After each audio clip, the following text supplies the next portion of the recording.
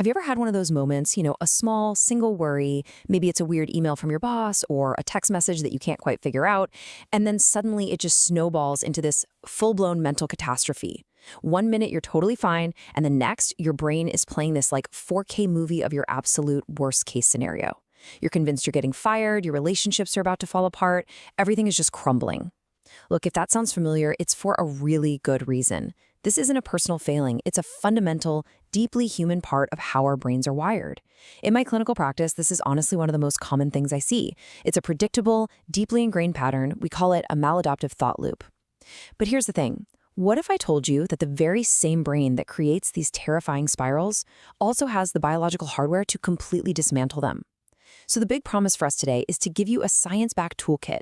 We're going to ground this in real clinical neuroscience and cognitive behavioral therapy so you can understand why your brain does this and, way more importantly, how you can start to retrain it.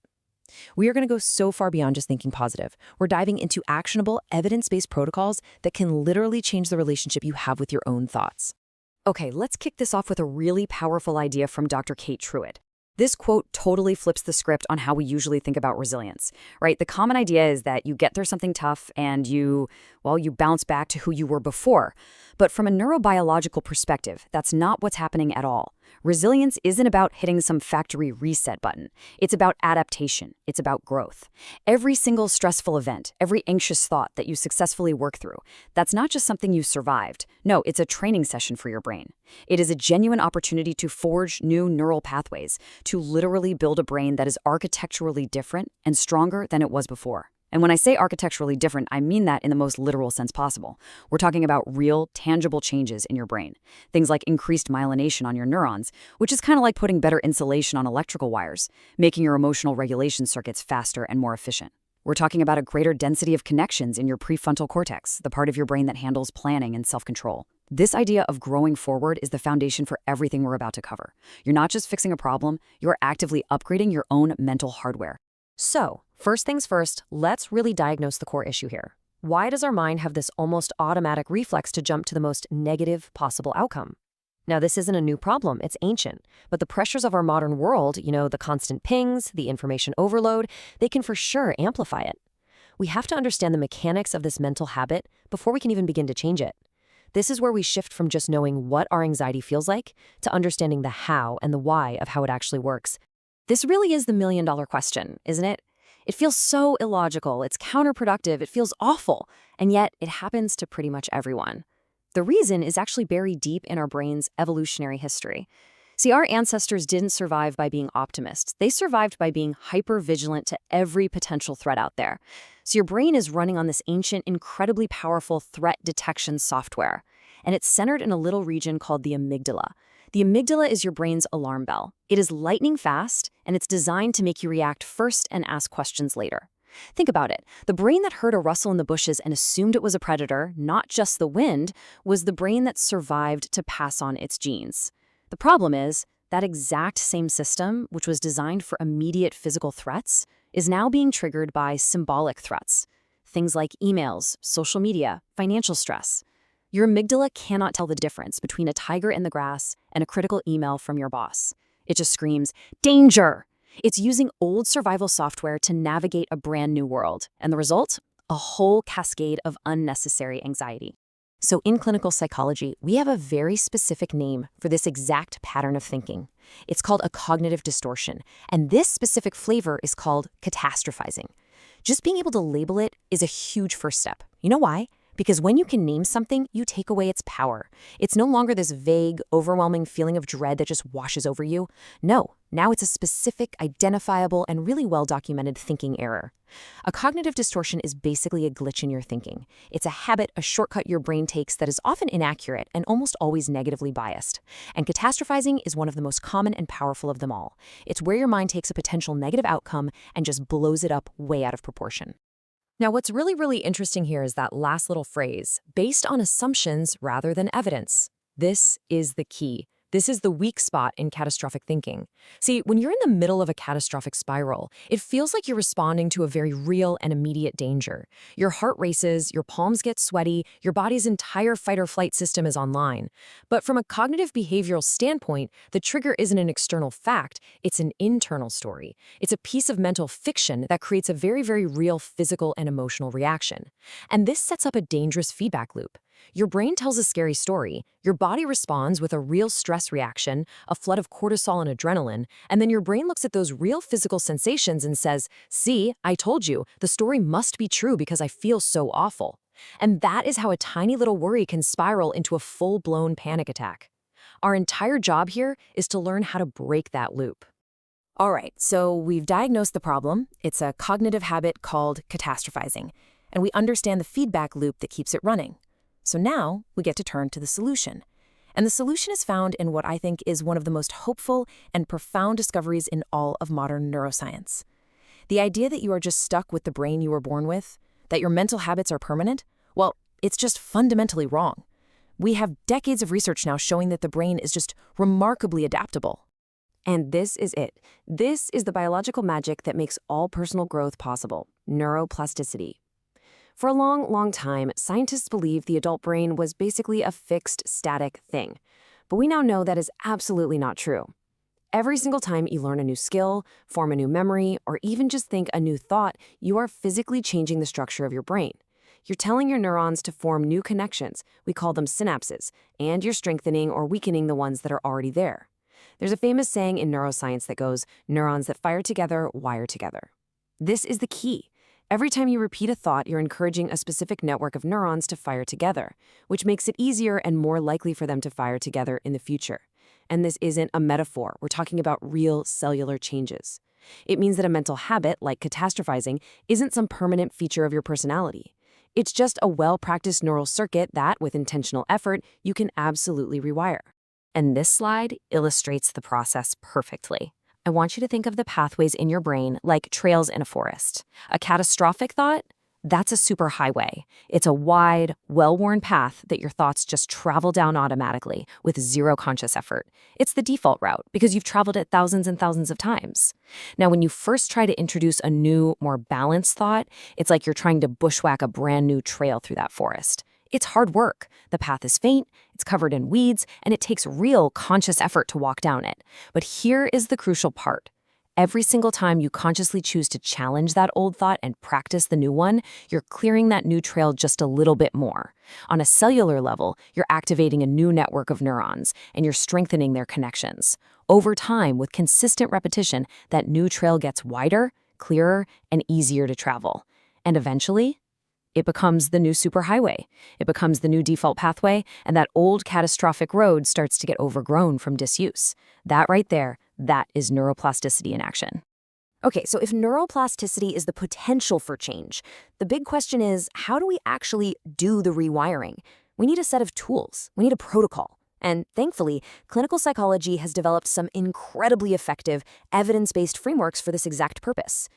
The two most powerful ones for what we're talking about today are cognitive behavioral therapy, or CBT, which has been the gold standard for treating anxiety and depression for decades, and dialectical behavior therapy, or DBT, which is an evolution of CBT designed specifically to help people manage really intense, overwhelming emotions. So let's look at how CBT and DBT work together to build this amazing toolkit. It's really helpful to think of them as having complementary jobs. CBT is like the strategic, analytical part of your toolkit. Its main goal is what we call cognitive restructuring. You become a detective. You examine your thoughts, you check them for evidence, and you systematically dismantle the faulty logic of catastrophizing. DBT, on the other hand, gives you the tactical, in-the-moment skills. Its main goal is to stress tolerance and emotional regulation. It gets that sometimes an emotion is just so intense, you can't think your way out of it. And in those moments, you don't need analysis. You need a circuit breaker. You need skills to just accept and tolerate that intense feeling without doing something you'll regret. So together, they give you both a long-term strategy for changing your thinking and a short-term emergency plan for when you feel totally overwhelmed. All right, let's zoom in on the primary weapon that CBT gives us to fight back against catastrophizing. It's a process called cognitive restructuring. Now, a core idea here is that we're targeting what we call maladaptive patterns. And a pattern is maladaptive simply if it's causing you distress and getting in the way of you living the life you want to live. It's not about being wrong, it's just unhelpful.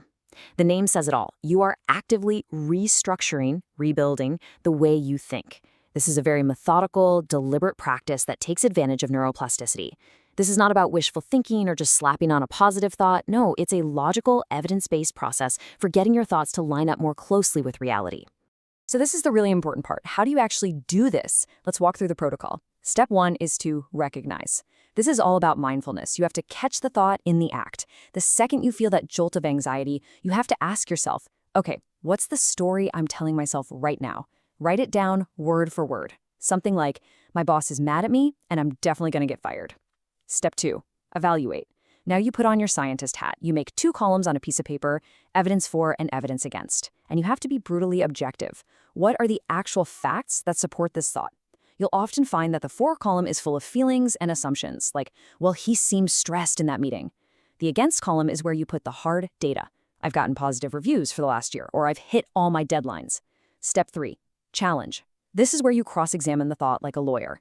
Are you doing any black and white thinking here? Are you jumping to conclusions? You can ask, realistically, what is the actual probability of this worst-case scenario happening? A 1% chance is not a 100% chance. What are some other more likely outcomes? And step 4, generate. This is where you develop what we call a balanced alternative thought. It doesn't have to be super happy-go-lucky. In fact, toxic positivity is just as useless. It just needs to be balanced and realistic. So a good replacement might be, my boss seems stressed today, which could be for a million reasons that have nothing to do with me. While it's possible he has a concern, the actual evidence shows my performance is strong. I'll just focus on my work, and if I'm still worried, I can ask for feedback in our next meeting. Do you see how that new thought is just less emotionally intense, it's more nuanced, it's more aligned with reality?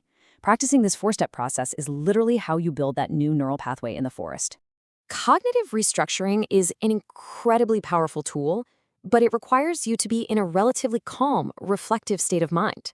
It's a great tool for after the initial emotional storm has passed. But what do you do when you are right in the middle of it? You know, when your heart is pounding out of your chest and you feel completely swamped by emotion? This is where this idea of distress tolerance from DBT is absolutely essential. It's the ability to just withstand emotional pain without doing something that's going to make a situation even worse. And for these moments, we need a totally different kind of tool.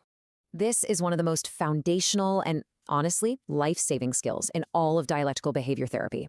The stop skill is your emergency brake. Its entire purpose is to stop you from acting on emotional impulse. It's designed to create a little bit of space, even if it's just for a few seconds, between that intense emotional trigger and whatever your knee-jerk reaction is. In moments of what we call an amygdala hijack, where your brain's fear center basically takes over your rational mind, this pause is everything. It stops the runaway train of emotion, and it gives your prefrontal cortex, your brain's CEO, the part responsible for good judgment and impulse control, a chance to get back online. And I mean that literally. During an amygdala hijack, blood flow is actually diverted away from your thinking brain to your reactive brain. The stop skill is a behavioral trick to reverse that blood flow and get your CEO back in the driver's seat. Let's walk through this acronym because its simplicity is what makes it so brilliant. First, S is for stop. Literally, just freeze. Don't say another word. Don't hit send on that angry email. Don't make any decisions. Just stop moving. That physical stillness sends a powerful signal to your brain to just pause its frantic activity. T is for take a step back. This can be literal. You can physically take a step away from your desk or the situation, or it can just be mental. Take one deep, slow breath. This action directly kicks on your parasympathetic nervous system, which is your body's built-in rest and digest system. It starts to counteract that whole fight or flight response. O is for observe. With that tiny bit of space you just created, just notice what's going on. What physical sensations are in your body? What's the specific emotion you're feeling? What's happening in the room around you? You're not judging anything, you're just collecting data, like a neutral scientist. This yanks you out of the scary story in your head and plants you back in the present moment. And finally, P is for proceed mindfully. Okay, now that you've paused and you've gathered some information, you can ask yourself, what's my actual goal here? What action is going to make this situation better, not worse? You're now able to act with intention and awareness, instead of just reacting from a place of pure raw emotion. This skill, when you practice it over and over, can be an absolute game changer. So when you combine a strategic tool like cognitive restructuring with a tactical tool like the stop skill, what you're really building is something we call psychological flexibility. And this is the ultimate goal. It's not about trying to get rid of negative thoughts or feelings. That's a really common myth, and honestly, it's impossible. It's about developing the ability to hold your thoughts and emotions a little more lightly, to see them for what they are, which are just temporary mental events, and to keep moving toward what you value in life, no matter what your mind is screaming at you.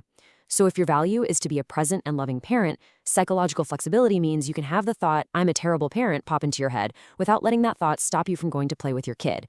The thought is just weather passing through. Your values are your compass. A common question I get is, so does this mean I just have to accept feeling awful all the time? And the answer is a hard no. It's about accepting the presence of a difficult feeling without accepting the premise that the feeling has to be in charge of your actions. Another question is, well, what if I can't find any evidence against my negative thought? In that case, the skill is to focus on probability. Is this worst-case scenario the only possible outcome, or is it just one of many? And can you learn to tolerate that uncertainty while still taking action that aligns with your goals? This is the higher-level skill we are aiming for. So let's just boil this all down. What are the key things I really want you to take away from this? First, and this is the most important one, your brain is not fixed. Neuroplasticity is a biological fact, which means you have the power to actively shape your own mental habits through your attention and your practice.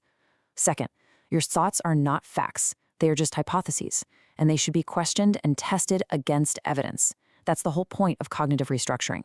Third, you can learn to create a crucial pause between an emotional trigger and your reaction. The stop skill is an incredibly powerful way to build that muscle for tolerating distress. And finally, none of this is a quick fix. Just like building muscle in the gym, building a more resilient brain takes consistent practice. Every single time you use one of these skills, you are doing a rep for your mental health. You're strengthening those new neural pathways and building real, lasting change. I want to end with this second quote from Dr. Truitt because it really speaks to the shift in your identity that can happen when you start to really use these tools. Catastrophic thoughts can feel so powerful that we start to believe they define us. We become an anxious person or a worrier. But these skills remind us that our thoughts are not our identity. Who you are is not the content of your fears. Your true identity is found in your capacity to face them. It's defined by your courage to challenge a negative thought, your resilience in practicing a new skill, and your fundamental biological ability to learn, to adapt, and to rise to the challenges you face. And that is the ultimate promise of this work. Thank you so much for taking the time to explore this with me today. And as a final reminder, the information presented here is for educational purposes only, and it's not a substitute for diagnosis or treatment from a qualified mental health professional.